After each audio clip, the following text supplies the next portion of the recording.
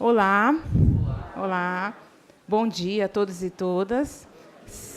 Bom dia. Sejam muito bem-vindos à terceira semana de comunicação organizacional. É uma alegria para nós ter todos aqui. Quero dizer que esse auditório está muito bonito hoje. E, bem, então, hoje nós vamos dar início com o painel 5 da semana, Comunicação e Minorias. Aí, agora, então, eu gostaria de chamar os autores para compor a mesa. Primeiro, eu chamo a Ludmila Cerqueira Correia. Ludmila. A Ludmila, advogada popular, ela é doutoranda em Direito na Universidade de Brasília, pesquisadora do Direito Achado na Rua, professora adjunta na Universidade Federal da Paraíba, onde coordena o grupo de pesquisa e extensão Loucura e Cidadania. Bem-vinda. Convido também agora a Neuza Miller, jornalista e diretora da UNB-TV, diretora do vídeo Justiça de Transição, o Direito Achado na Rua, produzido no âmbito do 7º volume da série O Direito Achado na Rua. Também convido Luísa Guimarães Lima, doutoranda em Políticas de Comunicação e Cultura na Universidade de Brasília, possui mestrado em Comunicação pela UNB, graduada em Comunicação Social em Habilitação em Jornalismo pelo Centro de Ensino Unificado de Brasília e atualmente é professora de jornalismo no Centro Universitário, IESB. Bem-vinda.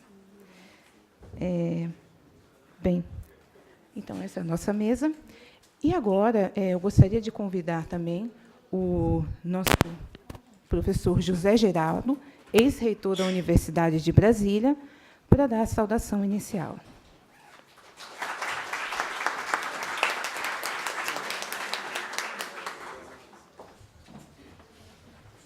Então, bom dia, né, a todas e a todos. Uma saudação especial para o Paranoá, né? Há muitos anos eu atuei lá na Advocacia de Defesa de Direitos Populares, quando se discutia a fixação da comunidade na cota atual, né? Então, eu tenho um carinho muito especial pelo Paranoá. E pela escola que está aqui, mais porque a escola que está aqui é a Escola Darcy Ribeiro. Né? Olha ele lá. Para os que não sabem, é aquele senhor lá, está vendo? Aquele com rosto de insano. Ele era um pouco insano mesmo, assim, né? Que dá nome também ao nosso campus. Então, essa escola e a UNB são irmãs, né? Porque a UNB é instalada no campus Darcy Ribeiro também, né? Então, ele foi nosso primeiro reitor, né? Então, eu queria me associar às palavras iniciais da Natália, que hoje preside a mesa, ontem apresentou o trabalho dela, né? E dizer, assim, da satisfação, agora que já estamos na metade para o fim, desse bem-sucedido evento, né? Muito rico de interlocução e que combina essa dupla e importante mediação entre a construção dos saberes e a experiência do social, que é a comunicação e o direito, né? Que é o eixo deste evento, a comunicação organizacional, 10 anos do curso, então os cumprimentos também ao curso, porque esse evento é uma celebração deste projeto que está ligado à expansão recente da universidade pública, né? Até há 4 anos atrás, nós estávamos numa linha muito ascendente. Parece que agora nós vamos entrar numa descendente, né? A universidade pública está em risco hoje, né? Não só no seu projeto, quanto na integridade de seus membros. Há uma semana, suicidou-se um reitor lá em Santa Catarina, resultado desse momento dramático que a gente está vivendo. O evento aqui é para lidar com essa crise e para construir mediações para superá-la, né? E a presença de todos e todas aqui é um ânimo, porque mostra que há disponibilidade generosidade, disposição e utopia para construir esse projeto. Então, cumprimentando a Faculdade de Comunicação pelo curso, pelo sucesso, e a Faculdade de Direito pela parceria com esse projeto, né? Dizer que ele aqui representa o coroamento de uma etapa, mas ponto de partida para outra. A Vanessa, que é uma das organizadoras, estava inspirada na presença, sobretudo, das escolas e sugerindo, viu, Thalita e Elga, que são organizadoras, que a gente construa um projeto de extensão para dar continuidade a essa proposta da comunicação como direito humano, né, direito achado na rua, para o diálogo com o ensino básico, o ensino de primeiro e segundo graus, né? Quer dizer, quem sabe esses colégios que aqui estiveram sejam os primeiros de um projeto seguinte que talvez depois Neuza nos ajude a fazer um vídeo também para esse projeto, né? Então, cumprimentar os painelistas, as painelistas, né? Não tem cota para homem aqui, não? Para botar hein? Pela sua participação e aos organizadores e organizadoras pelo bem-sucedido empreendimento que é esse projeto inscrito na 3ª semana. Então, bom dia e bom dia a todas e todos.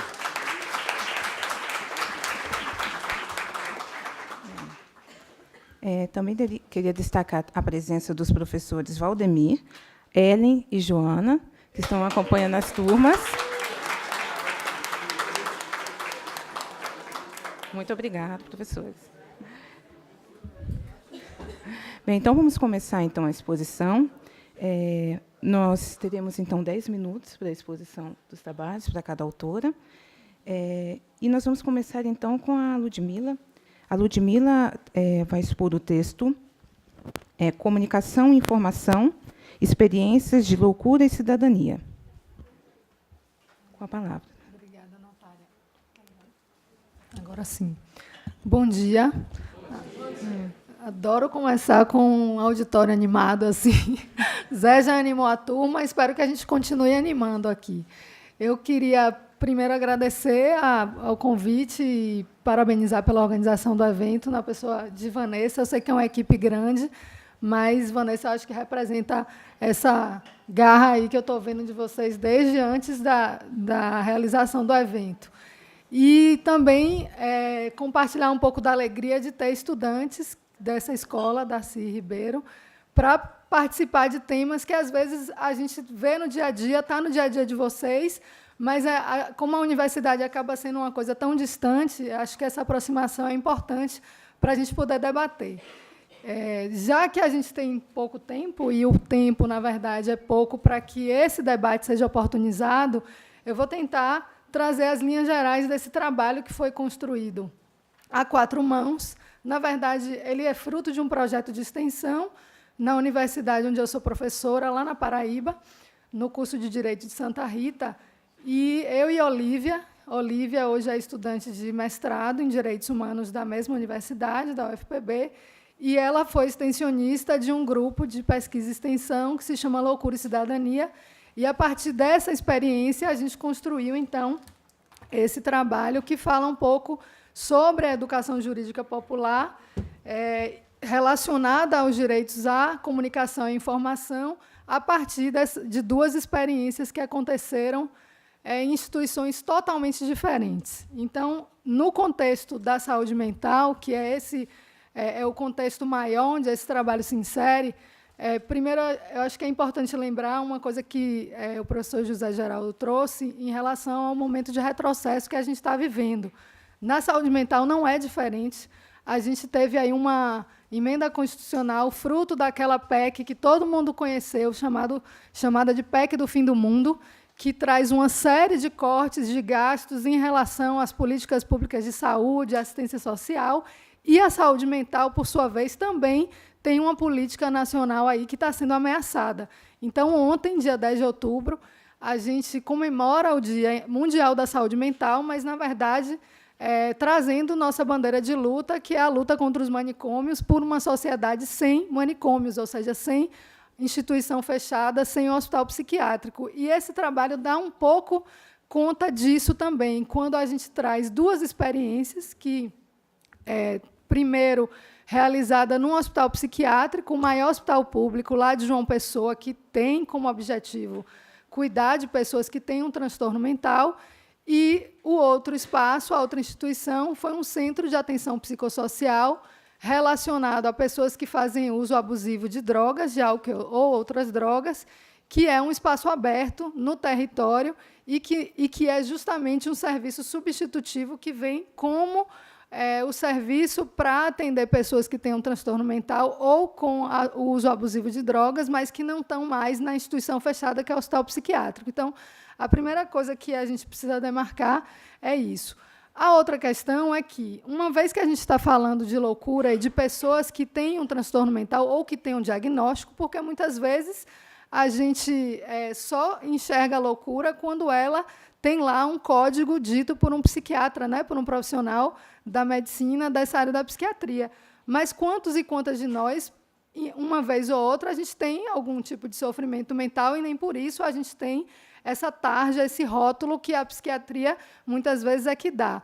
Então, a ideia de trazer o campo do direito à comunicação e informação nas oficinas temáticas de direitos humanos que a gente realizava nas duas instituições, em momentos diferentes, é porque, quando se trata de pessoas com sofrimento mental, pessoas loucas, e aí eu não estou trazendo nenhum tom pejorativo para o termo, é que essas pessoas, muitas vezes, elas não são sequer ouvidas. E, quando ouvidas, sua voz sequer é considerada, né? Então, a gente ainda tem muito estigma e preconceito relacionado à pessoa com sofrimento mental, à pessoa louca, como outros grupos subalternizados também têm. Então, a ideia de trabalhar com essa temática nas oficinas era justamente para que a voz dessas pessoas, ou seja, o que elas queriam comunicar, chegassem, né? E que fosse através de algum instrumento que tivesse uma certa divulgação. E, para além da divulgação, que tivesse um processo de construção em que a voz e os desejos dessas pessoas fossem, de fato, realizados.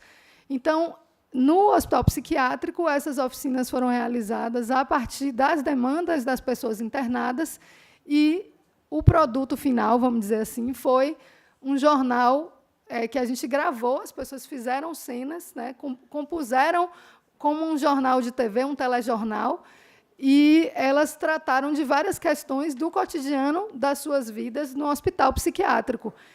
Mas nem por isso era dissociado do mundo externo.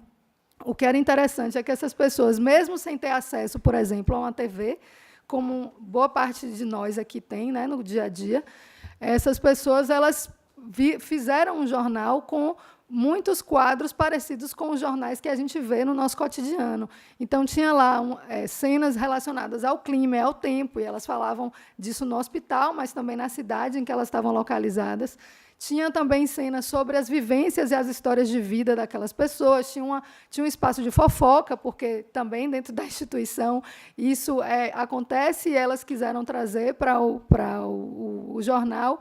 E outras situações, como campeonato de esporte, enfim, várias cenas que trouxeram o que acontecia ali e o que elas queriam comunicar. E esse telejornal ele foi gravado, foi filmado, claro, de forma bastante artesanal. Eu estou falando aí de um grupo de estudantes de Direito, Psicologia, Serviço Social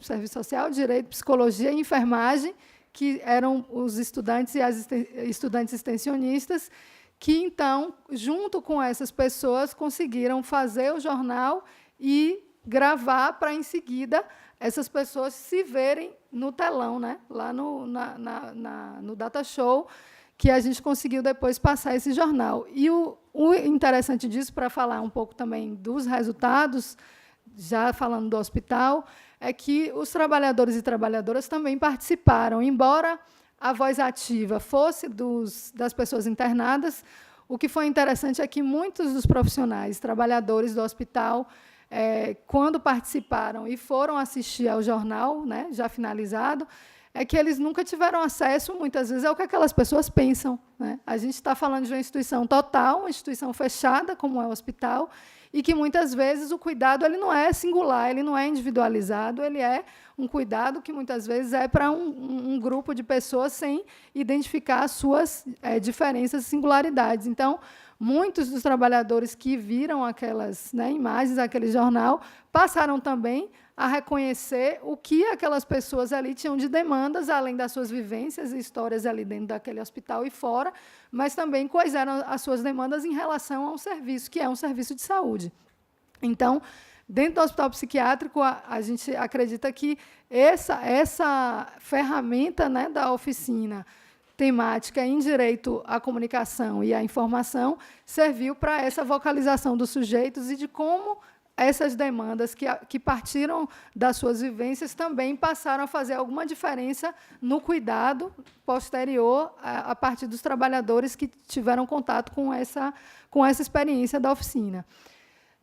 Já no CAPS-AD, que é um centro de atenção psicossocial, a realidade é um pouco diversa, porque ali a gente está falando de pessoas que voluntariamente vão para o centro de atenção, que é um dispositivo de saúde pública, e as pessoas que estão ali, na maioria delas, fazem um uso abusivo de álcool ou drogas, a maioria, na verdade, de álcool. Muitas vezes a gente se engana com muita informação massificada de que o grande problema, né, hoje em torno da questão de drogas, é o crack, são as drogas que se dizem mais pesadas. Eu não vou poder me deter muito nisso, mas naquela realidade daquele centro, por exemplo, quase 80% das pessoas que faziam uso de alguma droga, essa droga era o álcool, né, que é uma droga lícita. Então, essa é uma questão importante, porque, muitas vezes, também esse uso abusivo, quando é abusivo, estava associado a alguma espécie de sofrimento mental. E nossos estudantes e as professoras que participavam desses espaços, também, durante as oficinas, que tinham temas geradores na área de direitos humanos, entenderam que a questão da comunicação ali também era algo emergente, era importante para trazer, a partir do que aquele grupo vinha demandando, de que naquele espaço do CAPS a gente não tem como saber o que tem sido feito nas várias oficinas pelos outros usuários do serviço. A gente queria trazer as questões que a gente vivencia lá fora, já que é um serviço aberto, para ver como é que isso também dialoga com o que os profissionais daquele serviço propõem para a gente.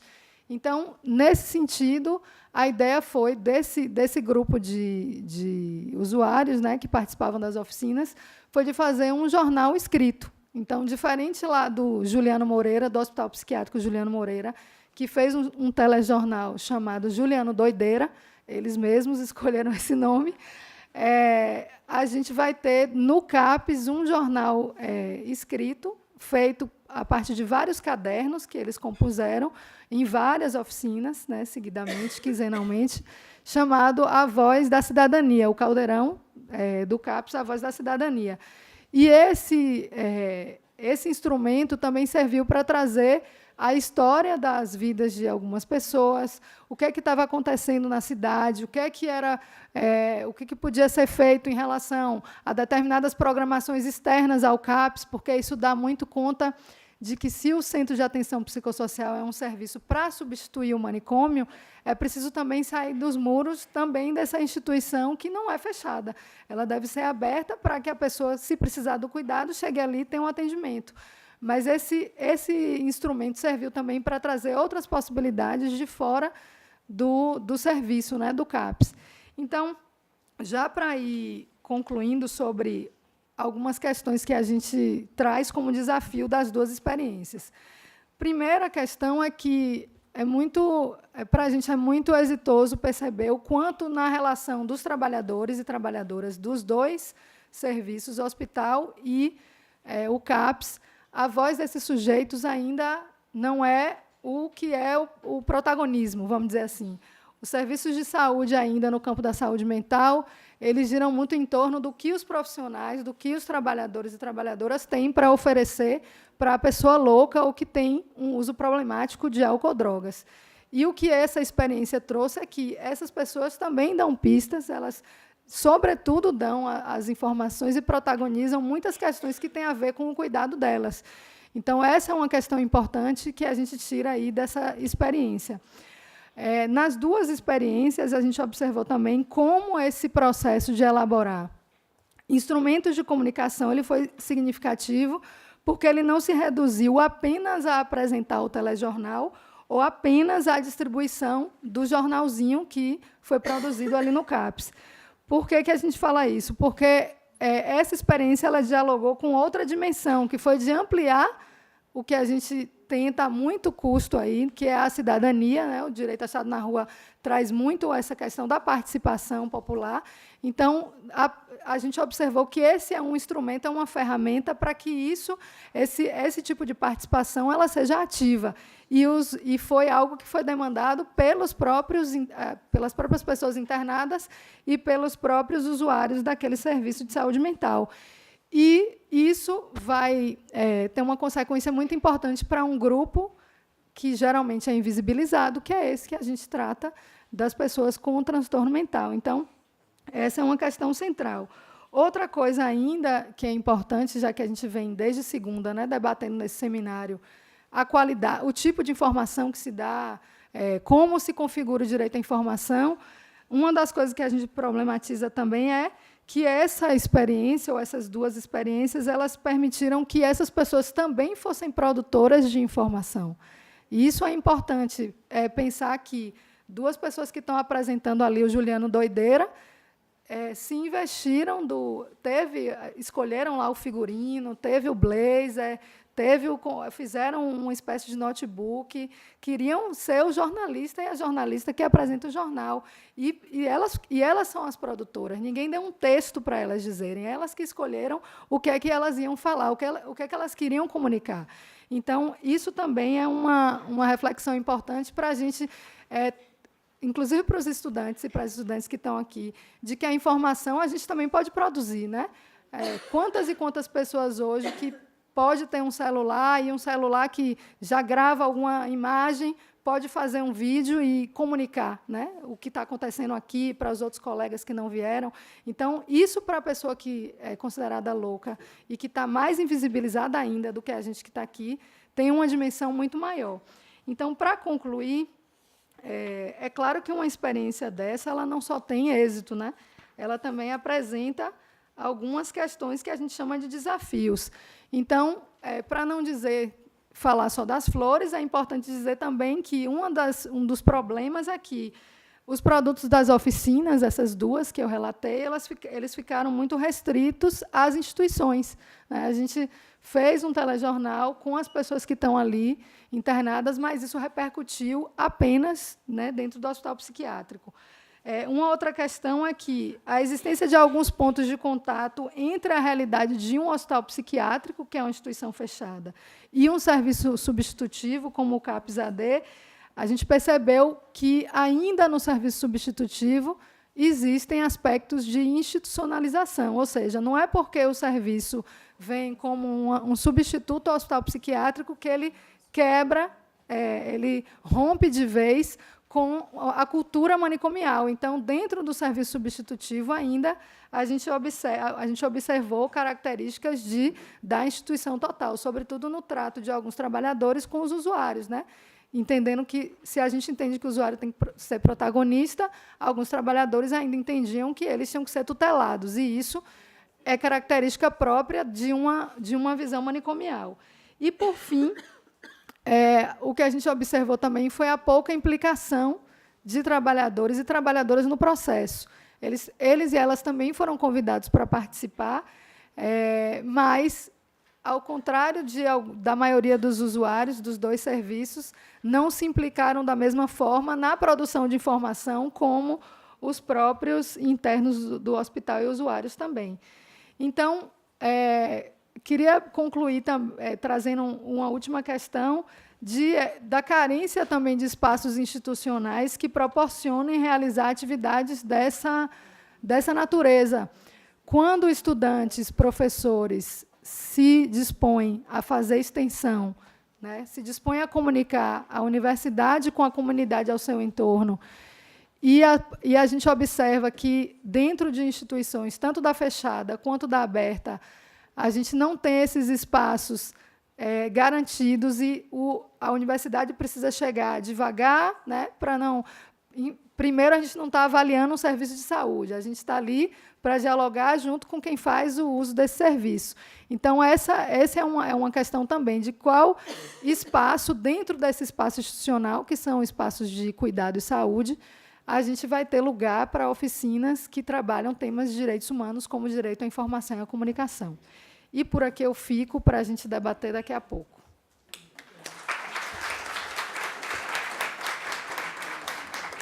Muito obrigada, Ludmila. Agora eu passo a palavra para a Neuza. Ela vai apresentar o texto da TV Universitária e o Direito à Comunicação e à Informação. Com a palavra, Neuza. Obrigada. Bom dia a todos, bom dia a todas. Bom dia, alunos da Escola Darcy Ribeiro e futuros alunos da UNB. Porque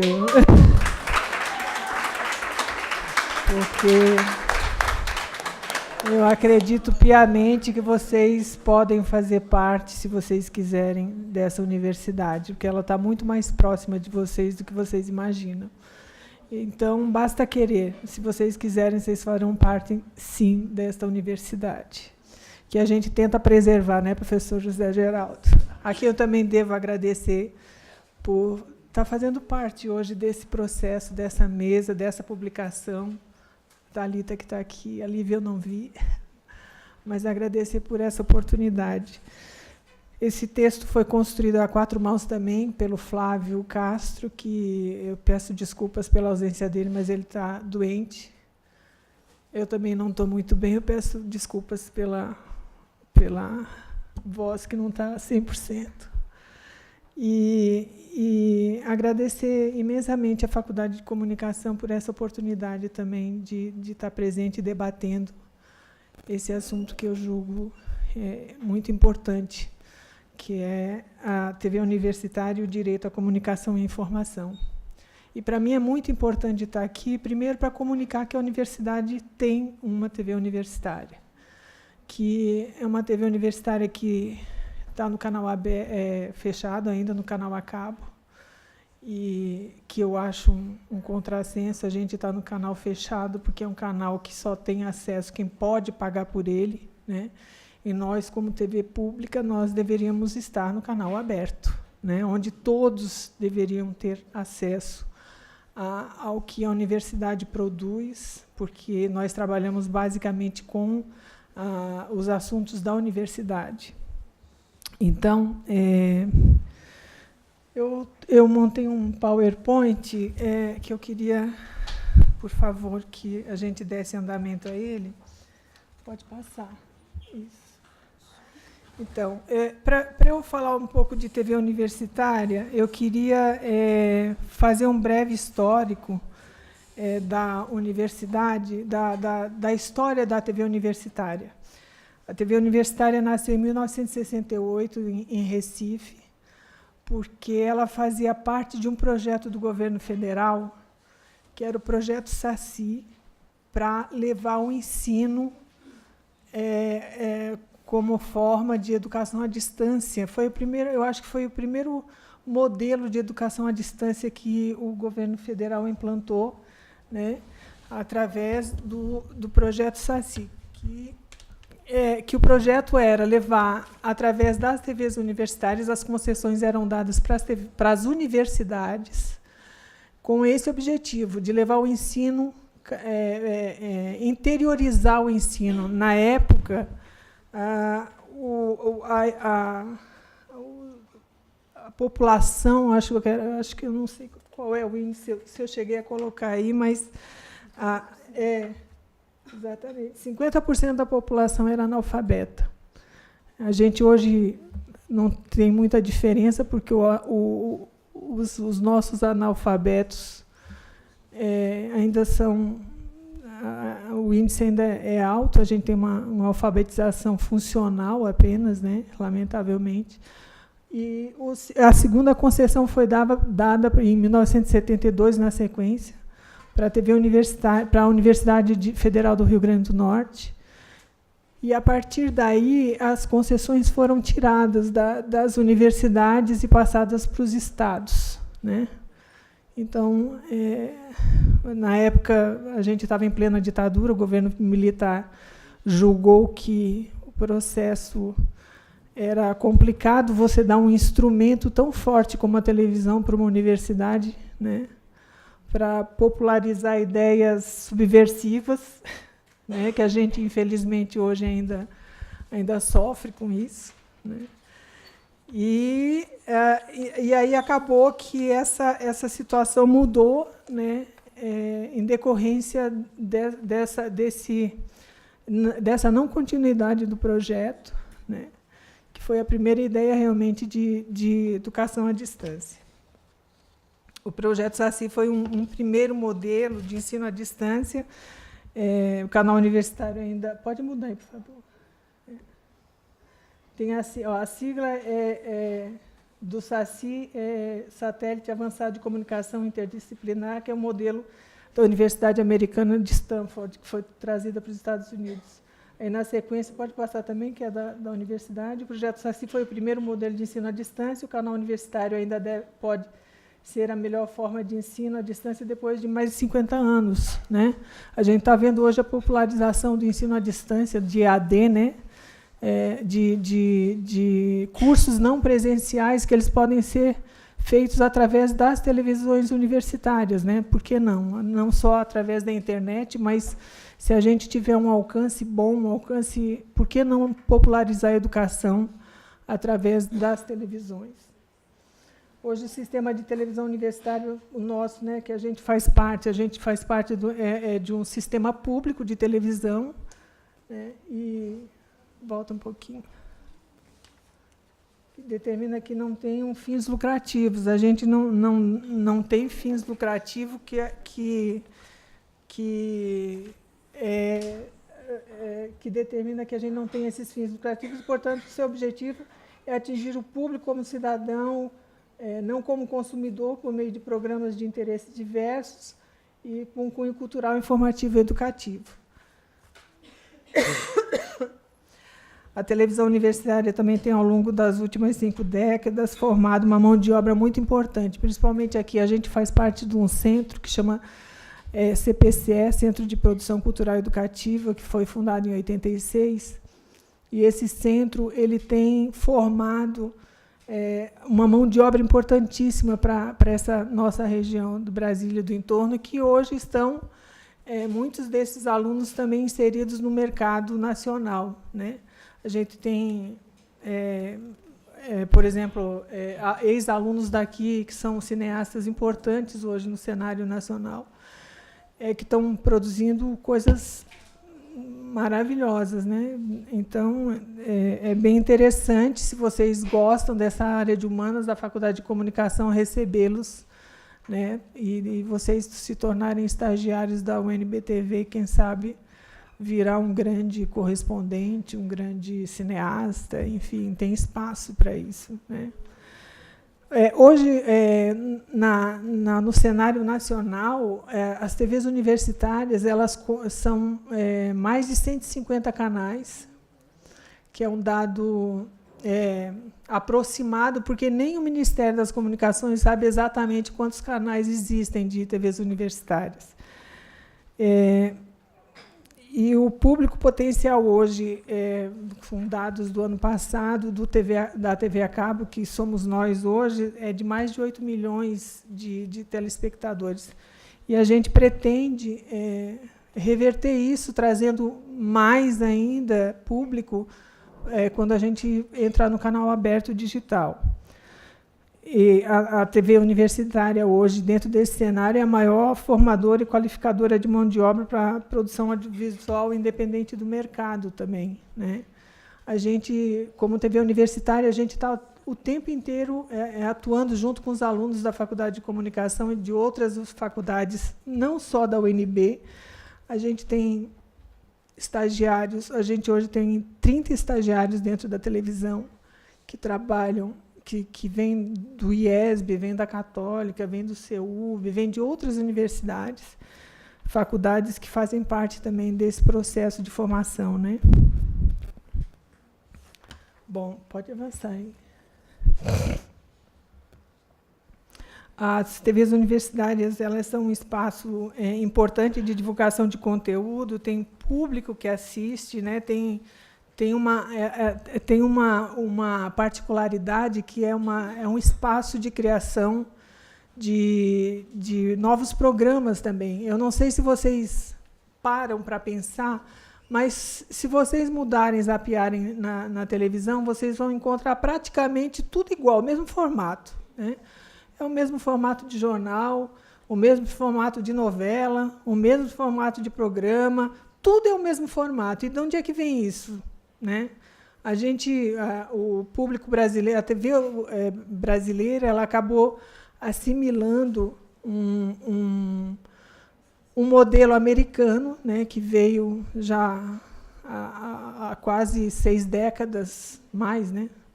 E não se mudou. Então, assim, o que eu questiono muito hoje dentro da universidade é que a gente tem um espaço importante para inovar, para fazer diferente, né? E esse espaço dentro das universidades é a TV universitária, que o aluno chega com a possibilidade de mudar isso, né? Para divulgar o ensino, a pesquisa e extensão, que é o foco principal, mas de forma diferente, né? A gente tem isso. E aí, o que a gente tem de pior nesse processo? É a falta de financiamento. As universidades, por si, já estão num processo de condenação, né? Eu acho que, se a gente não fizer nada, as universidades públicas elas vão acabar não existindo mais no modelo que tem hoje. E não é diferente o que acontece dentro das TVs universitárias. A gente não tem financiamento de nada, absolutamente nada. Para vocês terem uma ideia, hoje, o montante de verba que vem para a TV universitária, claro, tirando o salário dos servidores e tudo mais, é de R$ 12 mil por ano. É o que a gente tem hoje para gastar. É inacreditável. Quando eu falo, ninguém acredita, mas é o montante que se tem hoje para se fazer uma televisão. E quem sabe um pouquinho de televisão sabe que televisão é muito cara. Não é uma produção fácil que você vai lá com um telefone hoje que você grava tudo, né? Áudio, grava vídeo e tudo mais, mas ela não funciona bem assim. O processo de produção de televisão é caro, né? E por que a gente não tem financiamento? Porque, simplesmente, eu acho que não interessa a ninguém a gente ter financiamento, principalmente a quem nos mantém, né, que é o governo federal. E é uma política de não ter, porque não somos nós da TV da Universidade de Brasília que não temos, da TV universitária daqui.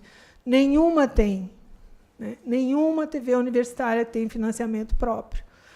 E a gente tem que mudar isso. A gente tem solução para isso? Tem.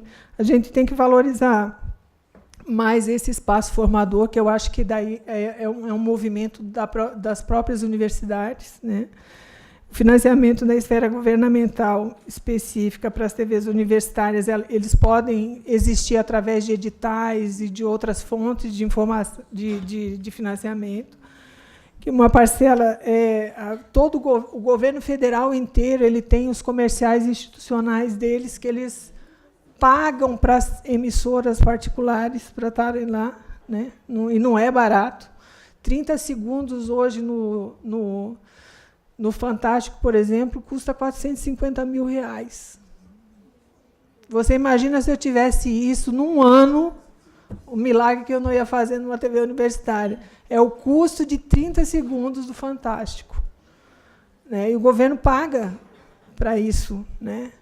E se a gente tivesse um percentual desse comercial para as TVs públicas, seria fundamental para essa formação que a gente pretende manter. E a gente precisa unir esforços, né, para conseguir financiamento para as produções das TVs universitárias também, né? Ter a TV universitária como instrumento democrático para levar o ensino cada vez mais longe e atingir cada vez mais pessoas, porque eu acho que é um espaço democrático realmente que a gente precisa manter e aperfeiçoar, porque é um processo sempre, né, de aperfeiçoamento. E uma provocação que eu deixo aí no final, que a Faculdade de Comunicação produz muito, né? Os alunos daqui produzem muito, e esse material normalmente vira espaço de poeira nas prateleiras e não vão para o ar. E a minha pergunta é por quê? Por que que isso não está inserido na programação da própria TV universitária, né? Que é um espaço extremamente importante.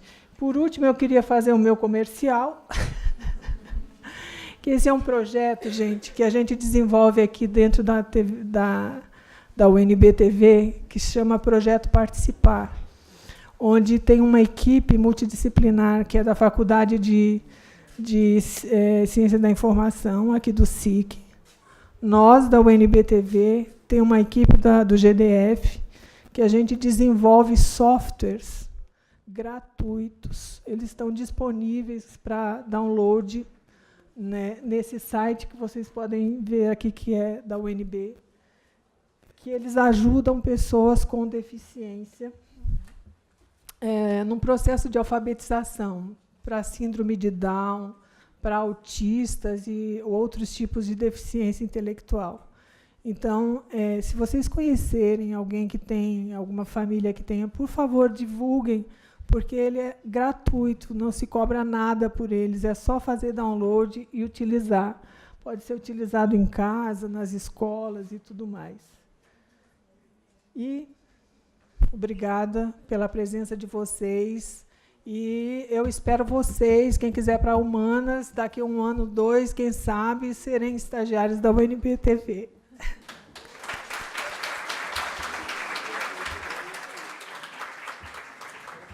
Obrigada, Neuza. Então, agora vamos ouvir a Luísa Guimarães. Sim. Gostaria de anunciar também aqui a presença da professora Ellen Geraldes, né, que ela é coordenadora geral da 3ª Semana de Comunicação Organizacional. E eu gostaria também de chamá-la para dar uma saudação. Antes da palavra.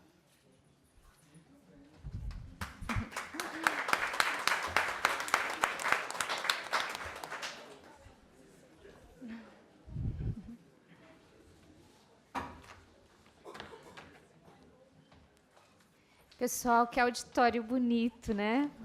A primeira coisa que eu vi, assim, sejam muito bem-vindas e bem-vindos. Eu agradeço muito a presença, a adesão dos professores e das professoras, a nossa mesa aqui, que está brilhando, uma mesa feminina, né?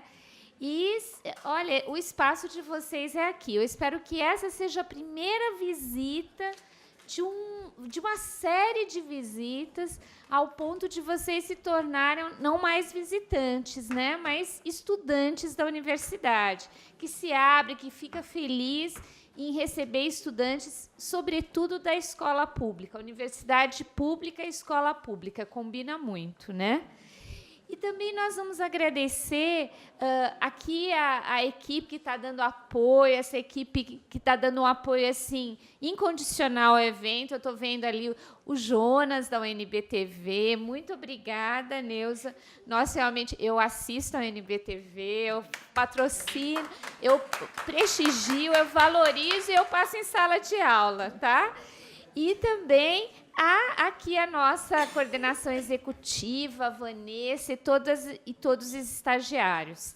Vamos continuar aí, que a discussão está sendo bem interessante. Obrigada, professora. Então, agora a palavra é com a Luísa Guimarães, que vai trazer o texto Políticas Públicas de Comunicação e de Cultura em uma perspectiva... Desculpe. O direito à comunicação e à infância no Brasil, mapeamento da oferta da programação infantil da TV aberta. Com a palavra. Muito obrigada, Natália. Eu não posso deixar de começar fazendo coro à mesa, a todo mundo que veio falar aqui e elogiar a beleza dessa plateia e agradecer pela presença de vocês. Eu me sinto honrada de estar falando aqui. Faço coro também o que a professora Neuza falou sobre por vezes, a dificuldade de quem vem do ensino público se perceber a Universidade de Brasília como um cenário possível. Eu fiz meu ensino fundamental e médio na escola pública, estudei no Polivalente, no setor oeste, e estou muito feliz de estar aqui conversando um pouco com vocês, e eu gostaria de ouvi-los também sobre algumas questões. Na verdade, eu vou começar perguntando.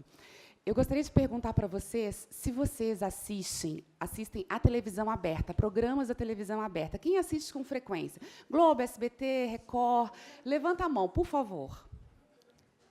Algumas pessoas assistem, mas boa parte do auditório não assiste. Eu vi muita gente balançando a cabeça, que não... Oi?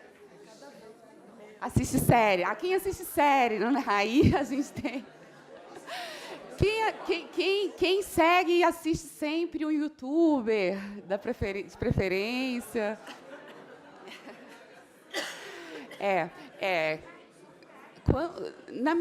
Eu estudo gente infância, vocês não são propriamente o meu público, né? Eu estudo programação infantil. Esse estudo é fruto de um doutoramento, de um trabalho de doutoramento orientado pela professora Ellen Geraldes, a quem eu agradeço aqui, a orientação sempre tão importante, presente. E eu estudo o esvaziamento da programação infantil na televisão aberta. Em 2012, isso vocês devem se lembrar, acabou o TV Globinho. Vocês se lembram disso? Vocês são órfãos do TV Globinho? São órfãos. E naquele tempo não tinha tanto, eu imagino que para vocês, internet, né, TV a cabo. Agora, sabe que, gente, então, voltando aqui, sabe o que é importante ressaltar? Muita gente aqui contou que assiste série no Netflix, assiste a internet, programas audiovisuais na internet, mas o cenário brasileiro não é um cenário de democratização da internet. Vocês sabem disso? Vocês sabem que só 51% da população tem acesso à internet, e a TV a cabo só 29%. Né? E aí, como é que ficam as crianças que não têm acesso à TV a cabo e à internet? Eles veem o quê?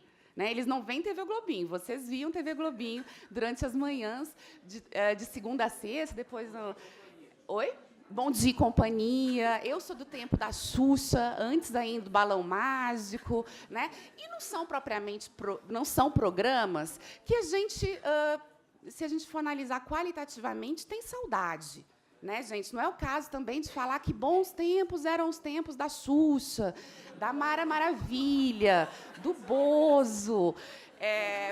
Por que não eram bons tempos? Não eram programas que a gente pode classificar como educativos. Existem inúmeros estudos sobre isso que mostram o reforço de ideais inatingíveis de consumo nesses programas, a hierarquização de gênero e a segmentação e a disseminação de uma ideologia de disputa entre os gêneros não colaborativa, digamos assim, né? A gente tinha inúmeros programas enlatados, ou seja, que não eram representativos da nossa cultura. Então, a gente tem uma série de problemas e, durante vários anos, eles foram fortemente apontados. Mas aí chegou 2012 e a gente tem uma diminuição muito drástica da programação infantil. Para vocês terem uma ideia, quando eu era criança, nós tínhamos, né, nós, as crianças, 125 horas semanais de programação infantil na televisão aberta. Não estou falando de Gloob ou de Cartoon, estou falando da televisão aberta, né, que é muito mais massificada do que os canais fechados. Vocês sabem que a penetração no território nacional, a gente viaja às vezes, né, e às vezes você vê que não tem saneamento básico numa cidade, não tem escola, mas tem antena parabólica e tem televisão chegando lá. A gente sabe disso.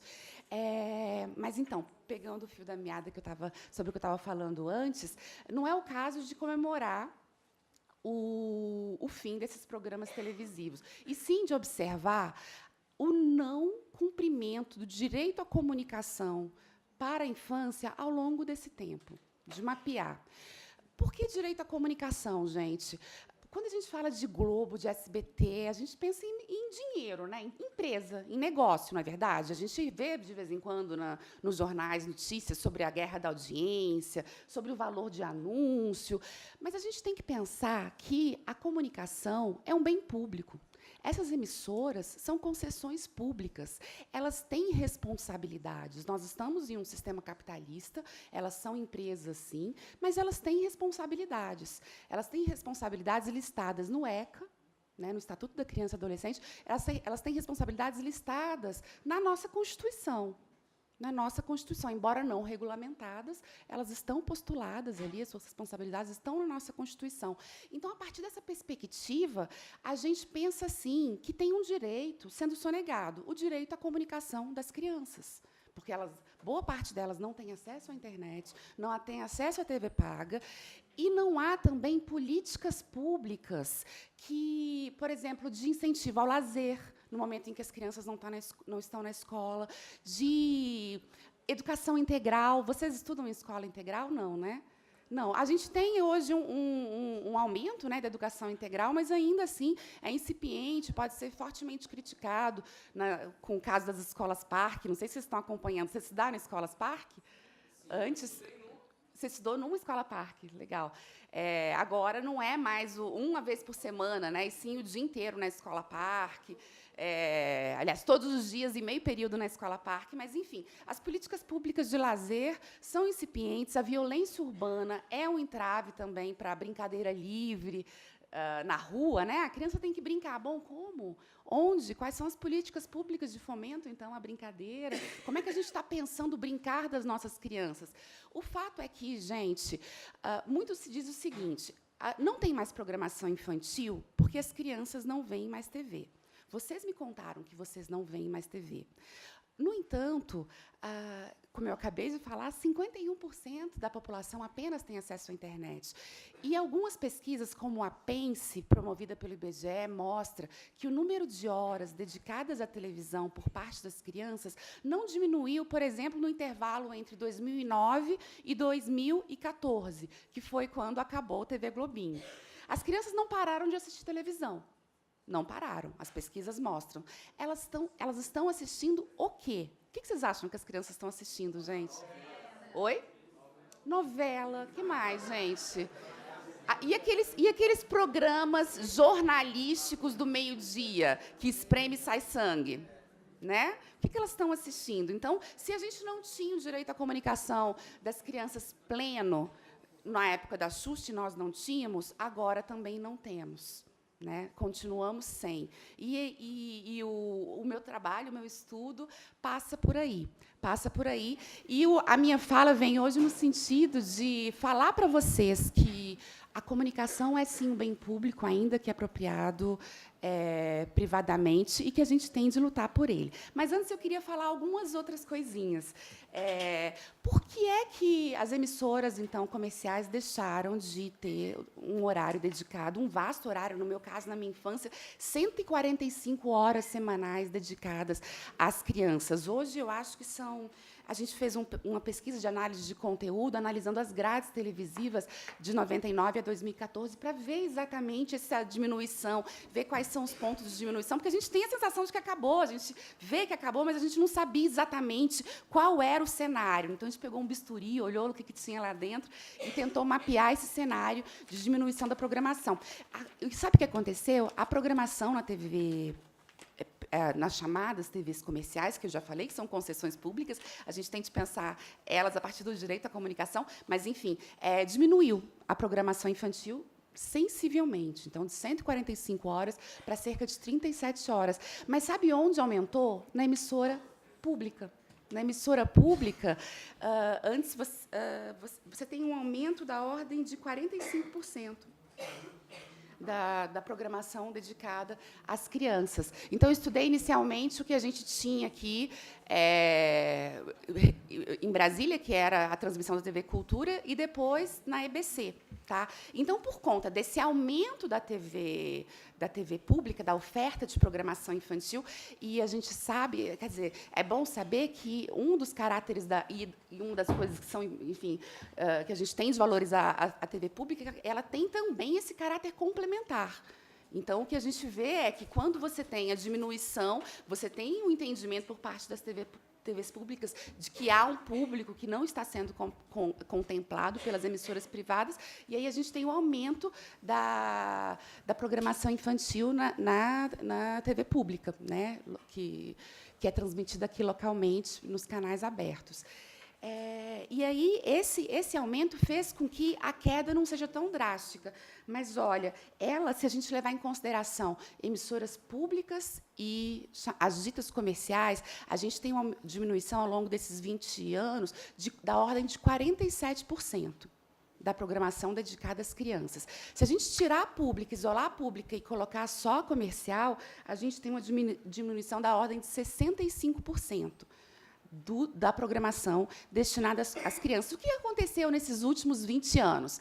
A gente tem internet, né, e o surgimento das múltiplas telas, de outras estratégias. A gente tem mudanças de cultura no que diz respeito ao consumo do produto audiovisual, né? Então, a gente não quer mais o comercial, a gente quer consumir sob demanda, e as crianças estão sujeitas a isso também.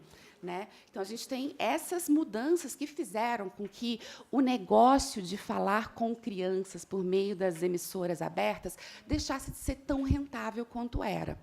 Agora, é interessante pensar no seguinte, bom, eu já fiz a ressalva várias vezes, eu faço de novo porque ela é importante. As emissoras são concessões públicas, não é verdade?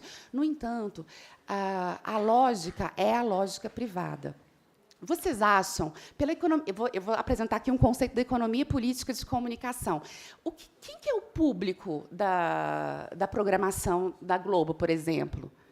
São a audiência. Pela lógica da economia política de comunicação, a atenção do público é, na verdade, o produto, que é vendido para quem?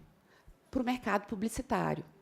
Então, eles oferecem a programação para conquistar o produto. A nossa audiência é o produto vendido para o mercado publicitário. Né? E o mercado publicitário deixou de achar que é interessante anunciar na TV aberta. Por quê? Porque não dá, por exemplo, para segmentar. Não dá para segmentar tanto a venda dos produtos quanto na TV fechada. E, com criança, isso se mostra uma questão extra. Por quê? Porque vocês sabem, se vocês têm irmãos, se vocês têm primos, se você tem filho, né? Crianças de 1 a 3 anos, por exemplo, têm um interesse. De 3 a 6, outro interesse completamente diferente. O meu filho de 9, se eu mostrar alguma coisa direcionada ao público de 4 anos, por exemplo, ele... Então, há uma dificuldade realmente em, por meio da televisão aberta, se comunicar com todo esse público. Então, eles foram... Onde está o quê, gente? O dinheiro. Não tem aquela máxima? Siga o dinheiro. É uma máxima que faz sentido quando a gente tem apenas empresas envolvidas. Quando a gente tem empresas que são concessões públicas, a gente não pode deixar essa máxima ser maximizada, a potência máxima, como está sendo, né, nas emissoras abertas. Além disso, a gente tem uma mudança também no cultural, na maneira de consumir produtos audiovisuais, como eu tinha dito anteriormente. Então, hoje, quando você, por exemplo, na casa de vocês, liga-se a novela e todo mundo senta para assistir, ali na novela das 7 até o Jornal da Globo, quase que. Quando eu era criança, era assim. Quando eu era criança, assim. A televisão tinha essa função cultural, de alguma maneira, agregadora. Hoje, a gente tem as múltiplas telas, cada um na sua tela, cada um no seu quadrado, né, ou cada um no seu retângulo, consumindo os seus produtos audiovisuais sob demanda. Então, gente, o interesse dessa pesquisa é compreender as redes que constituem essa temática, que passam pelo público, pelos produtores, incluindo os independentes, pelos gestores com as suas expectativas e suas estratégias de comunicação, pelos acadêmicos que discutem a infância e com o acompanhamento da mudança da legislação. Tá? E aí, até o conceito de infância ele tem mudado ao longo do tempo. O senso comum fala muito sobre isso, né? Não tem mais criança como antigamente, não é? Vocês já ouviram isso? já devem ter ouvido sobre vocês, inclusive, durante a infância. E há um eterno saudosismo mesmo em relação à infância, que talvez nunca tenha existido da maneira que a gente idealiza, né? Mas o fato é que o conceito, pela perspectiva sociológica, o conceito de infância é uma coisa recente, recente que data da ascensão da burguesia. Vocês estão se lembrando agora das aulas de história, do que cai no Enem, né? Da ascensão da burguesia, da divisão do trabalho, né? Gente, da ascensão de um outro modo de produção. E outra coisa que é apontado como elemento importante é justamente a imprensa e a possibilidade de imprimir a palavra escrita. Quando isso passa a ser possível, aprender a ler torna-se uma coisa marcante, uma coisa importantíssima. Há uma fase de transição entre a alfabetização e a não alfabetização e a alfabetização. E esse período é chamado de infância, um período em que se precisa proteger a criança para que ela atinja o patamar que é considerado o patamar do adulto, aquele capaz de decodificar a palavra escrita. Só que alguns autores têm dito que o fim da infância se dá não é por conta daquele senso comum, que talvez seja ligado à sexualização, à falta do brincar, mas, e sim, pela pequena diferença, pela diferença menor que há hoje entre os que conseguem consumir o audiovisual e os que não conseguem consumir o audiovisual. A escrita deixou de ser um marco, e daí, sim, a gente tem uma conversa mais sistemática sobre o fim da infância. O meu tempo acabou, gente. Eu queria encerrar a minha fala reforçando a necessidade da gente ligar a televisão e pensar na programação que está disponível ali para nós, para vocês, para os pais de vocês, para os idosos, como um serviço que tem, sim, uma faceta pública importante, são concessões. E é a partir dessa perspectiva que a gente tem, sim, de lutar, a gente tem, sim, de questionar, a gente não tem de aceitar como se fosse uma escolha de uma empresa, né? Uma escolha de uma pasta dental, por exemplo, que deixou de servir um produto X e passou a servir outro. Não, as emissoras são, sim, concessões, e cabe a nós entender isso e lutar para que, de fato, o direito à comunicação da infância, assim como todos os outros, sejam respeitados. Muito obrigada. Muito obrigada, Luísa. Bem, então, foram reflexões interessantíssimas, trabalhos importantíssimos, que trazem algumas reflexões sobre as questões de diversidade, de pluralidade na mídia, né?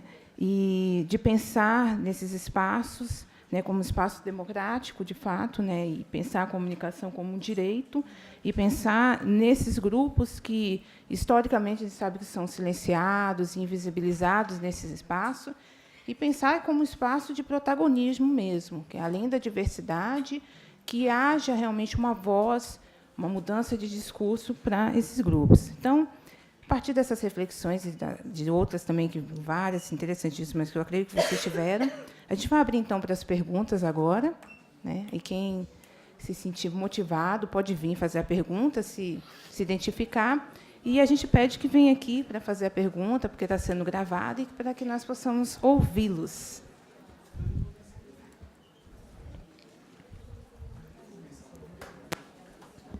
Alguma pergunta? Eu sei, gente, que a gente fica meio um pouco constrangido nesse primeiro momento.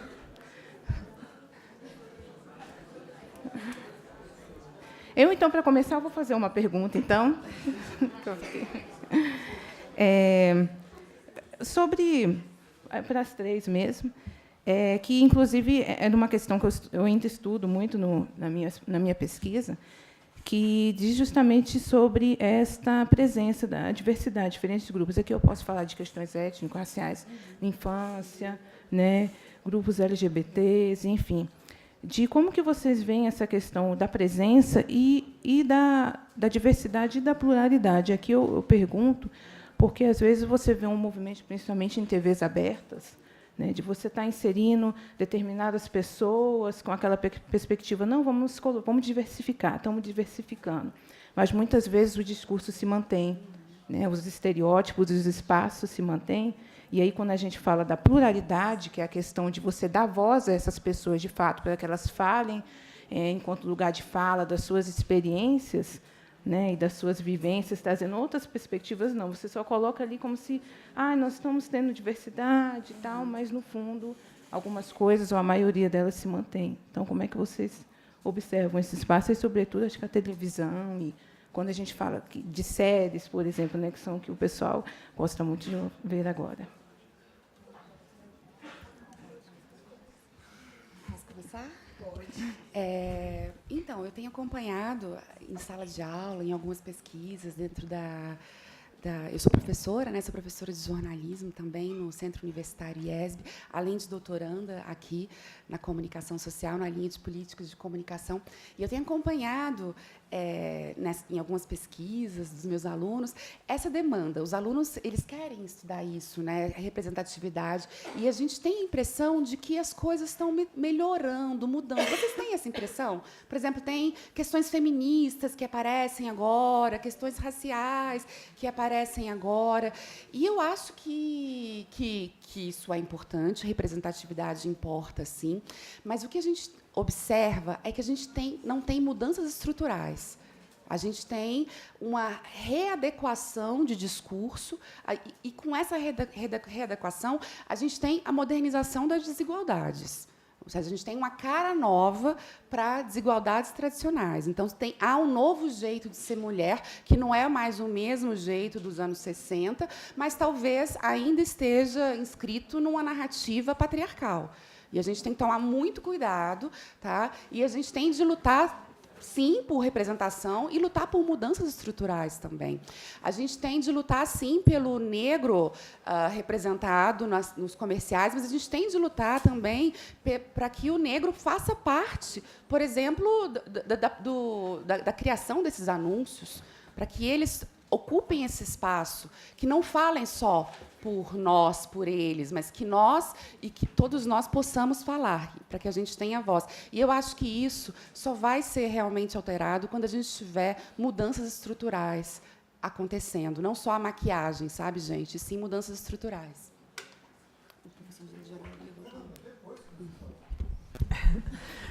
Eu tenho, dentro da televisão, eu vou falar especificamente desse espaço, e dentro da universidade a gente identifica muito esses grupos, né? Dentro dessa diversidade que é a universidade, a gente identifica demais esses grupos todos existentes, de indígenas, de negros, de LGBT e tudo mais, que eu acho que ele ainda é muito tímido no espaço televisivo brasileiro. E eu não sei se o que existe hoje é mais por uma obrigação, que as pessoas meio que sentem obrigadas a fazer parte de uma novela, você botar o processo de transição de um gênero para outro, né? Que a gente tem numa novela aí acontecendo. E, enfim, assim, eu não sei exemplificar muito bem a quantidade de coisas que vem acontecendo, porque eu estou aqui o dia inteiro, não tenho muito tempo para ver televisão. Eu vejo a nossa televisão. E aí, o que eu vejo é meio que uma obrigatoriedade até para dar uma satisfação social, né? Uma coisa assim que me parece que ainda está muito acanhada nesse processo de produção de televisão. Eu acho que a gente tem um acordar da sociedade nesse processo, que eu acho que é importante, e uma reivindicação que ela vem crescendo, e eu acho que faz um processo... Eu acho que é uma coisa que a médio e longo prazo ela vai melhorar muito, mas eu vejo a coisa muito, muito acanhada ainda, e meio que obrigatória, né, nesse processo. Eu só queria acrescentar outra reflexão a partir do lugar que eu estou hoje, professora e dentro de um curso de Direito. No Direito, hegemonicamente, o que a gente ainda vê é que os marcadores de raça, gênero, né, diversidade, como você trouxe, questões, né, de pluralidade, não perpassam os conteúdos, né, das matérias todas do direito. Então, o que a gente ainda vê é um direito que predominantemente é homogeneizador, e o que é diferente, mesmo que não seja minoria, seja maioria, se a gente tratar de questões raciais, por exemplo, fica apenas como um detalhe, ele não é central. Então, eu digo isso porque, por exemplo, eu sou professora de duas matérias, direitos humanos e direitos de grupos socialmente vulneráveis. Então, é como se só coubesse tratar dessas questões nessa caixinha ali, no conteúdo de um curso inteiro do curso de Direito, quando, na verdade, elas deviam, né, perpassar toda a formação, né, em todas as matérias. Não adianta eu falar de loucura e direito das pessoas que têm sofrimento mental numa matéria assim, se o professor de direito civil continua falando sobre incapacidade dessas pessoas, se o professor de direito penal continua falando da periculosidade dessas pessoas. Então, talvez a reprodução também no campo da comunicação, fazendo esse diálogo com o direito, é porque, hegemonicamente, a gente ainda tem um direito que é conservador, autoritário, e não traz, como o direito achado na rua traz, por exemplo, essas questões como centrais. Tá. Professor José Geraldo, depois. Sim, já temos uma.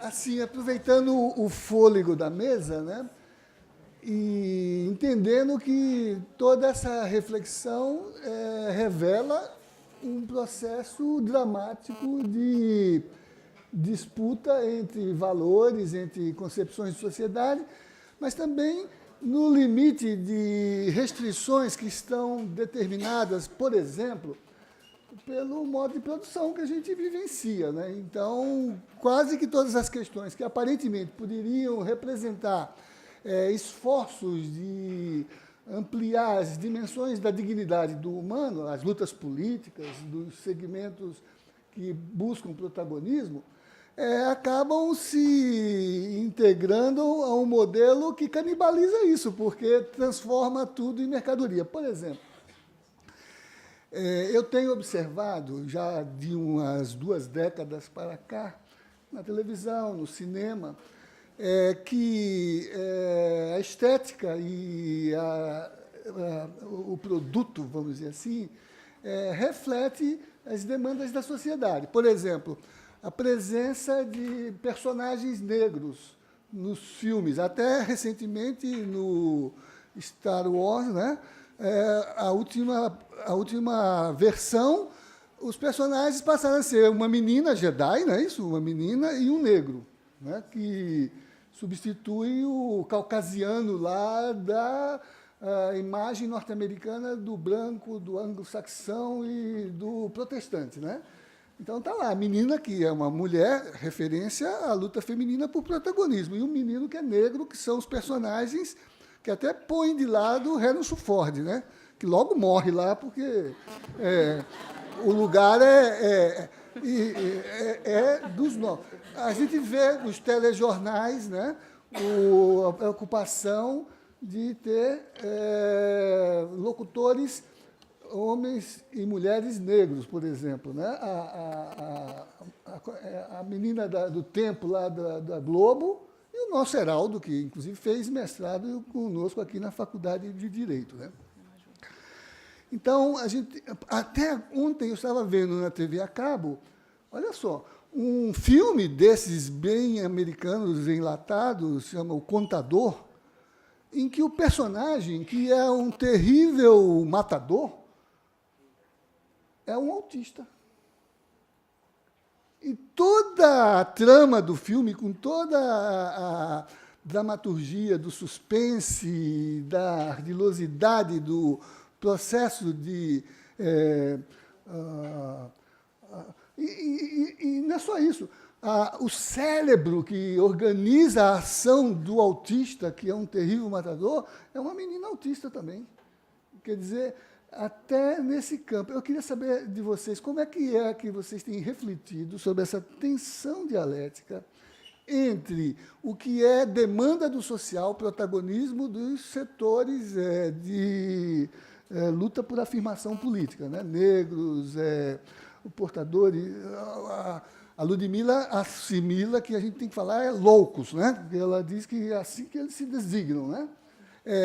O feminismo, todas as dimensões, e até as novas perspectivas. Como é que é essa dialética, né? Quer dizer, é direito ou é economia política da produção? Ou talvez os dois, né? Mas como é que vocês têm refletido sobre esse processo? Está entendido? Tá. Eu só peço à mesa, então, que aguarde um momento. Então, as duas inscritas, né? Acho que a Liz, né? Vocês podem, então, vir, aí a gente já faz as outras perguntas e aí já são respondidas, né, as três, por favor. Pode vir, se quiser, já ficar aqui, não? Tá, ok. Bom dia. Então, bom dia novamente. Meu nome é Cleimene Cerqueira, eu sou jornalista e trabalho no Hospital Psiquiátrico aqui de Brasília, há 6 anos. Eu queria ressaltar 2 coisas antes de fazer minha pergunta. A primeira é falando para os meninos, né, que são do ensino médio de rede pública. Eu estava conversando com uma estudante ali que está sentada ao meu lado. Talvez seja mais difícil o acesso, mas não impossível. É possível. Né? Eu sou oriunda de escola pública a vida inteira, filha de uma mãe empregada doméstica, analfabeta, e estudei, né? Com toda a dificuldade de acesso, enfim. Mas estudei, sou a primeira servidora pública na minha família, então, assim, isso tem uma importância. Né? Então, é possível. Talvez seja mais difícil, mas não é impossível. A outra questão é falar do quão bacana estar participando, ouvindo vocês da mesa. O tema geral de hoje, né, comunicação, trazendo o direito à comunicação em minorias, me é muito caro. Primeiro, a questão da infância, que faz parte do meu projeto final de graduação, que eu formei lá em 2007, cuja professora Janara Souza foi minha orientadora na época, e a Ellen minha co-orientadora, digamos assim. Né? E também a questão da saúde mental, porque é a questão em que eu atuo. E esse debate hoje ele me trouxe alguns questionamentos, algumas reflexões que talvez na época da minha graduação e até hoje no serviço eu não tivesse feito. Né? A gente está aqui falando do direito à informação e à comunicação para esses grupos minoritários. Então, eu queria perguntar à Ludmila mais especificamente o seguinte. Vocês desenvolveram um projeto de comunicação no CAPES e no Hospital Psiquiátrico lá da Paraíba. E o direito à informação e à comunicação, a gente trabalha a vertente de que a gente não fala somente para e de, mas com, para que essas pessoas sejam protagonistas, tenham voz em todo esse debate e, na verdade, em toda essa produção da informação e da comunicação. Eu queria perguntar a primeira coisa. Isso foi um projeto focal, que aconteceu num determinado momento, fez parte de um projeto de pesquisa, e não acontece mais, ou não vai acontecer mais. Uma outra questão. Dentro dessa perspectiva, por exemplo, se não vai acontecer mais, se vocês se preocuparem em relação a isso, porque é uma das questões que se coloca muito, e, assim, eu lembro muito, durante a graduação, a gente fez, como proposta final de curso, oficinas de comunicação em escolas aqui do DF, trabalhando a questão do protagonismo juvenil, leitura crítica da mídia. E não sei se eu posso dizer uma tristeza, enfim, mas assim, entender que a gente vai lá nesses espaços, ocupa esses espaços que não são nossos, digamos assim, com uma proposta de um trabalho que talvez traga um fruto maior, não sei, para a gente enquanto pesquisador. Quais são os frutos que a gente deixa lá, ainda mais se isso não tem uma continuidade de debate, de reflexão sobre isso naquele espaço depois. A gente vai lá, fala sobre protagonismo, tá? Mas quais são as ferramentas para que esse protagonismo, de fato, ele aconteça naquele momento e aconteça depois também? Né? Eu encontro, inclusive, alguns adolescentes que participaram dessa oficina que a gente fez. Tenho muitos no Facebook, a gente conversa às vezes e tal. Tem 10 anos que isso aconteceu e a gente fala, vamos fazer um encontro de 10 anos depois, saber como estão, o que aconteceu. porque é um questionamento, uma reflexão que a gente se faz. Quais foram os frutos que a gente plantou, se é que ficaram alguns frutos, ou se isso trouxe algum benefício que foi só para a gente ali naquele momento, enquanto pesquisadora, para fazer um trabalho, uma monografia e ser aprovada num curso. Uma outra questão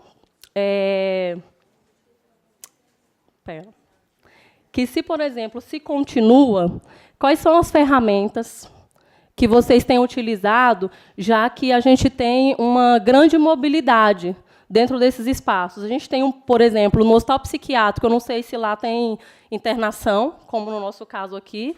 A gente tem aí a reforma psiquiátrica, que a gente deveria ter acabado com esse tipo de atendimento, mas a gente sabe que hoje, no Brasil, isso é uma realidade ainda. A gente tem aqui o HSVP, Hospital São Vicente de Paulo, como uma realidade de hospital psiquiátrico aqui que tem internação. Tá, tudo bem, a gente humanizou, digamos assim, ou a gente tenta humanizar diariamente o atendimento, mas ainda tem, esse tipo de atendimento. Se essa oficina vai acontecer ainda, enfim, como se dá? Como vai se dar esse processo de reflexão e de construção coletiva nesses espaços, onde, por exemplo, a gente tem um público hoje, amanhã a gente já tem a alta daquele público e tem a recepção de novos públicos. Então, eu queria entender um pouco isso, por favor. Obrigada. Obrigada, Claudinha.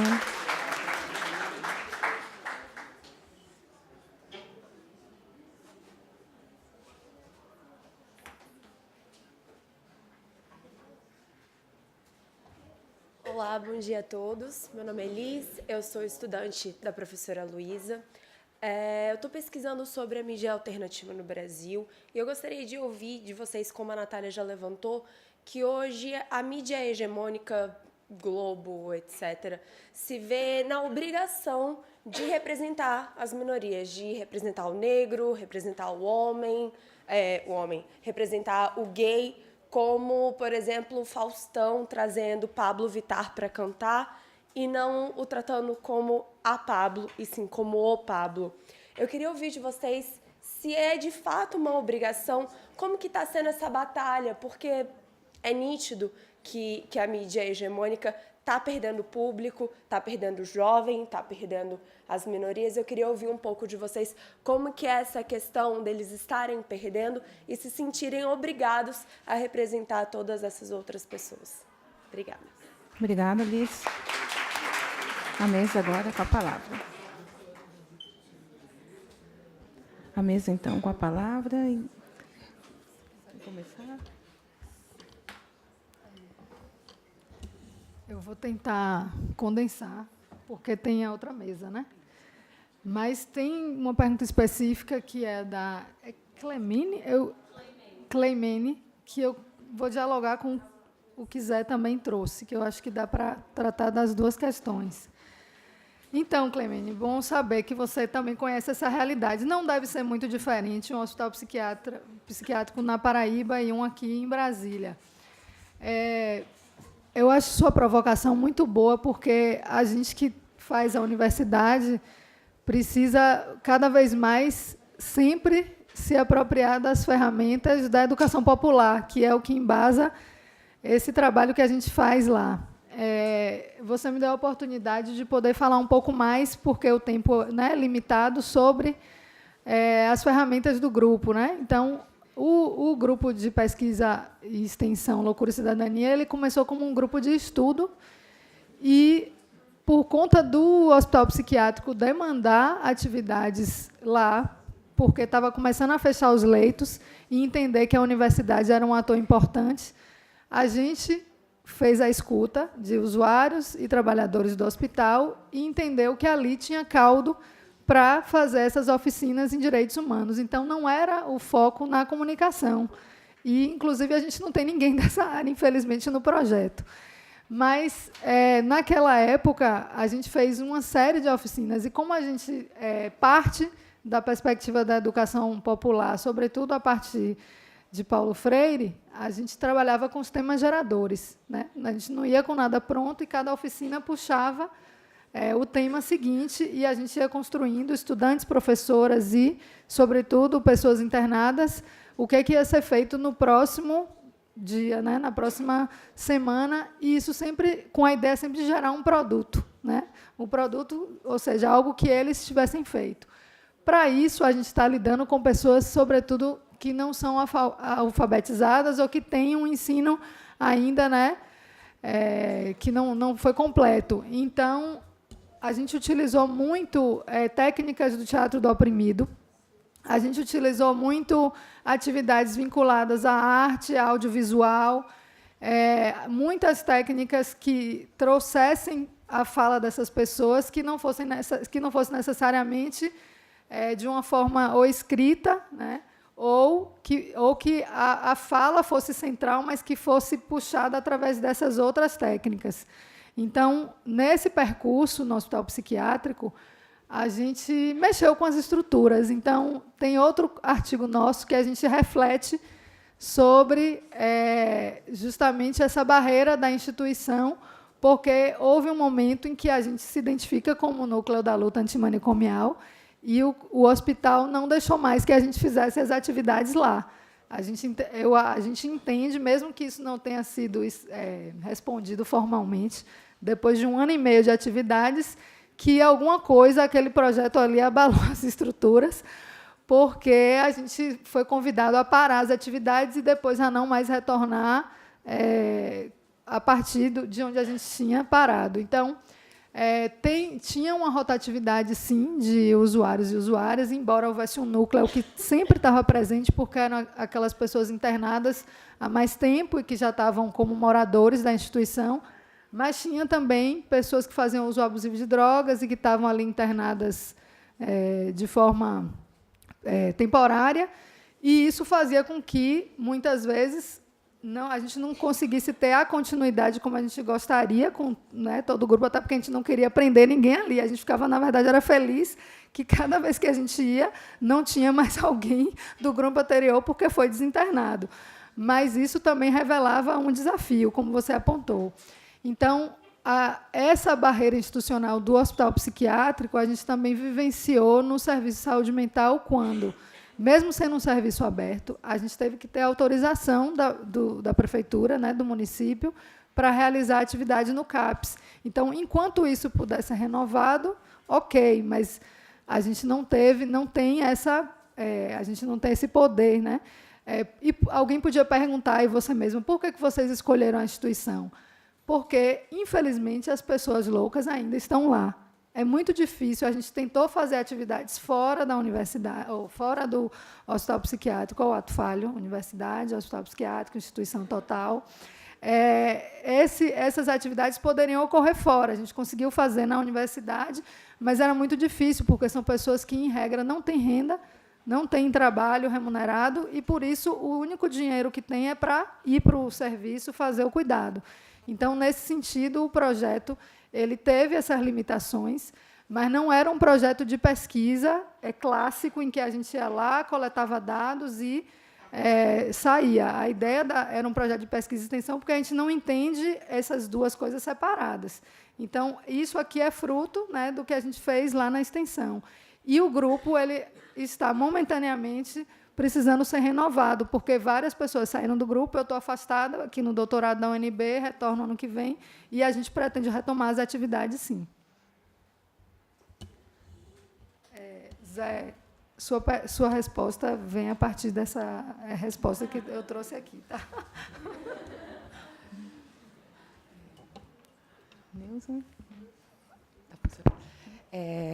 Perguntas difíceis, né, gente? São perguntas abertas que a gente está pesquisando, a gente tem pesquisado para tentar usar algumas lanternas que iluminem pelo menos uma parte das questões.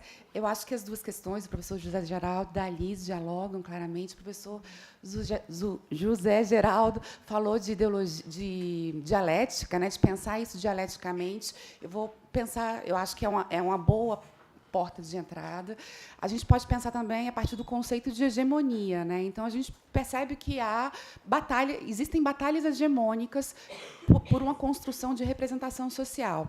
E um tipo de representação tradicional já não era boa o suficiente para boa parte das pessoas, para boa parte dos cidadãos, para boa parte dos consumidores, que passaram a exigir, gente, isso é fruto de lutas de movimentos sociais. Não é porque as emissoras são boazinhas e agora vamos dar mais voz para as mulheres, para o negro, para o gay, para o transexual. Não, é que os movimentos organizados passaram a exigir esse espaço, né? Então, há dentro das batalhas hegemônicas uma contra-hegemonia que questiona a hegemonia.